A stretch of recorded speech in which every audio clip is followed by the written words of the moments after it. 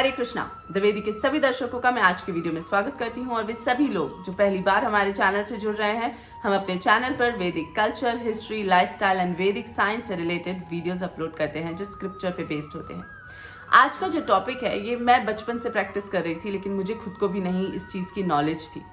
जैसे जैसे आध्यात्म में आगे बढ़े तो पता चला आध्यात्म और कुछ नहीं पर वैदिक साइंस पे बेस्ड लाइफस्टाइल है। तब मालूम पड़ा कि कैसे हमारे घर के बड़े बुजुर्ग या पूर्वज इन साइंटिफिक चीज़ों को अपनाया करते थे अपने शरीर को हष्ट पुष्ट रखने के लिए। तो टॉपिक है सूर्य को अर्घ क्यों दिया जाता है। इसे हम दो तरीकों से समझेंगे, साइंटिफिक एंड हम स्पिरिचुअल वे में भी इसे समझेंगे। तो पहले जानते हैं सूर्य को अर्घ कैसे दिया जाता है। हम तांबे का लोटा लेते हैं, उसमें जल लेते हैं। अगर आप किसी पावन नदी के आसपास रहते हैं तो आप नदी पर जाइए और वहां पर ये कर सकते हैं। जब हम लोटे में जल लेते हैं तो हम सूर्य की तरफ अपना फेस करके, पूर्व में सूर्य निकलता है तो उसकी तरफ अपना फेस करके खड़े होते हैं और सूर्य को अर्घ देते हैं, जिसमें हमारे हाथ ऊपर की तरफ होते हैं। ऊपर की तरफ क्यों होते हैं? जब लोटे से एक धार गिरती है पानी की और हम उस धार को निरंतर रूप से देखते हैं या नीचे गिरते हुए जहाँ भी ज़मीन पर पानी गिर रहा है, जिस भी स्थल पे पानी गिर रहा है, हम उसे जब देखते हैं तो हमें उस जगह से सूर्य की जो किरणें हैं वो डिफरेंट कलर्स में दिखती हैं।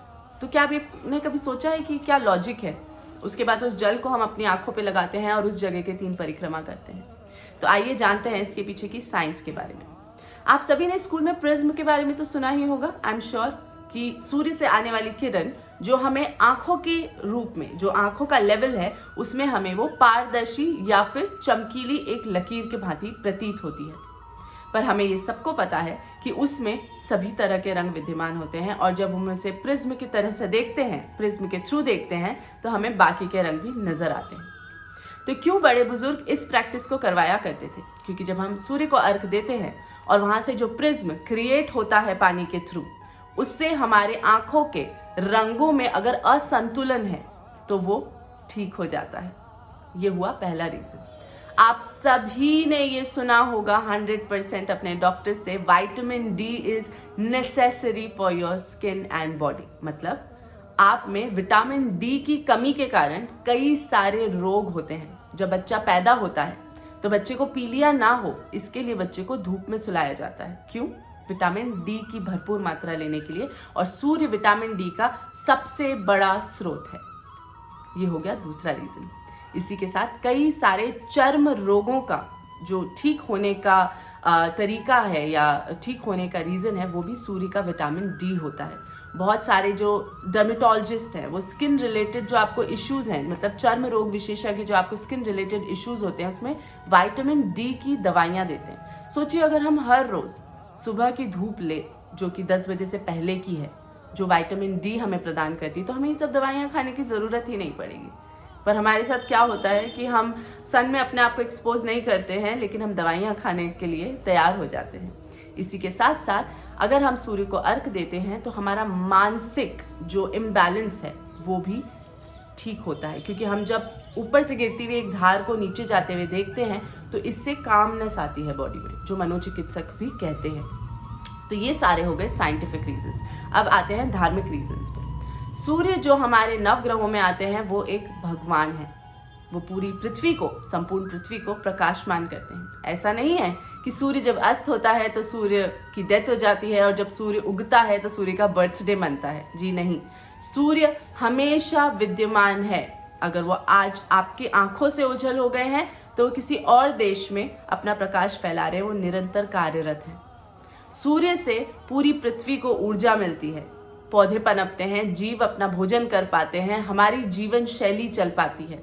इसीलिए आभार व्यक्त करने के लिए हम सूर्य देवता को अर्घ देते हैं और उन्हें एक थैंक यू प्रकट करने के लिए हम कहते हैं आभार के रूप में कि आप जिस प्रकार से पूरी पृथ्वी को ऊर्जामान बना रहे हैं, उसी प्रकार मेरा दिन भी ऊर्जामान रखें। Thank you so much for providing me so much of energy on this planet. तो ये हमारा भाव होता है जब हम सूर्य को अर्घ देते हैं। तो आज मैंने आपको सूर्य को अर्घ देने के साइंटिफिक एंड स्पिरिचुअल दोनों रीजंस बताए हैं।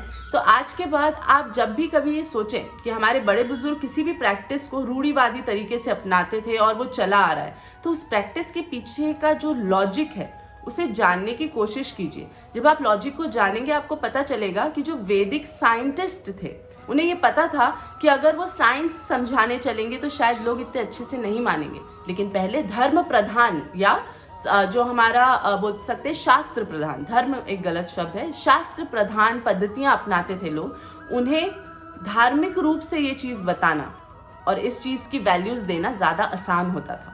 इसीलिए उन्होंने हर वैदिक साइंटिफिक जो उन्होंने इन्वेंशंस किए या उन्होंने खोज किया, उन्हें पता चला, उन्होंने उससे धर्म से जोड़ के एसोसिएट किया so that everybody can use those knowledgeable acts. तो ये रीजन होता था। तो हो सकता है आपको आज के वीडियो से बहुत सारा कुछ जानने मिला और हो सकता है ये चीज़ें आपको पहले से पता हो। पहले से पता थी तो ये बहुत अच्छी बात है, इसे औरों को बताइए जिससे उनका भी लाभ हो। और अगर आपको कोई भी सवाल है आज के इस वीडियो पे तो आप कमेंट सेक्शन में ज़रूर हमसे पूछ सकते हैं। Thank you for watching today's video. See you in the next video. Hare Krishna.